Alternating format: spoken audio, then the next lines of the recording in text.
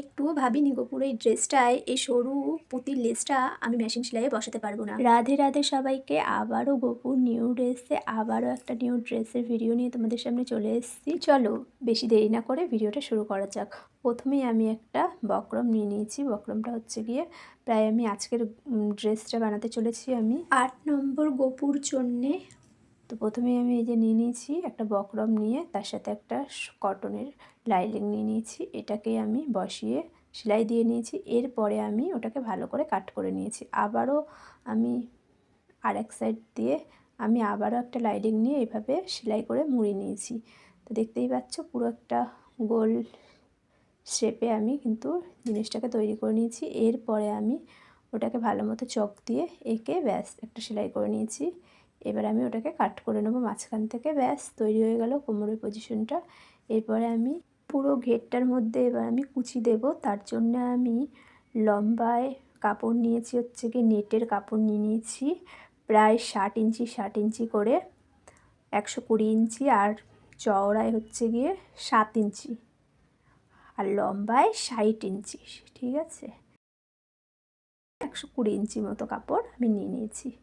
প্রচণ্ড ঘেরের এটা হয়েছে, এই কারণে কাপড়টা বেশি লেগেছে। তো যত ঘেরের হয় ততই ড্রেসটা ভালো লাগবে, এই কারণে।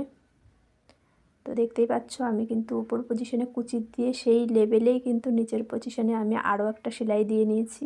এরপর আমি পেছনটা দিয়ে আমি নেটের যেই কাপড়টা এক্সট্রা ছিল সেটাকে আমি মুড়ে নিচ্ছি। দেখতেই পাচ্ছ আমার কিন্তু পুরো ঘেরের পজিশনটা মোড়া হয়ে গেছে। এরপরে আমি এই জায়গাটায় লেস লাগিয়ে নিচ্ছি। এখানে চাইলে তোমরা নেটও লাগাতে পারো, নেট লাগালেও সুন্দর লাগবে, কিন্তু লেসটা লাগালে বেশি একটু ফোটে, এ কারণে আমি লেস লাগাচ্ছি। বেশ সুন্দর গোল্ডেন লেস বেশ ফুটে ওঠে। এরপরে আমি কোমরে একটা নেটের পট্টি লাগিয়ে নিচ্ছি।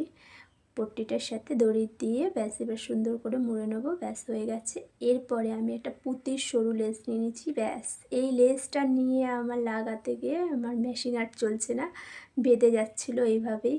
তার জন্য আমি আবার কি করব, লাস্টে এই বন্দুকটা নিয়ে নিয়েছি। এই বন্দুকটা দিয়ে কাজ চালাতে হলো আমার। তো এভাবে করে আমি পুরো ঘেরটাতে আমি পুঁতির লেসটা লাগিয়ে নিয়েছি। তো দেখো, এরপরে আমি কোমরের অপশানটাও লাগিয়ে নিলাম লেসটা। এভাবেই ব্যাস ড্রেসটাকে কমপ্লিট করলাম। আজকে আমার হাতের তৈরি এই ড্রেসটা তোমাদের কেমন লাগলো অবশ্যই জানিও কিন্তু কমেন্টে।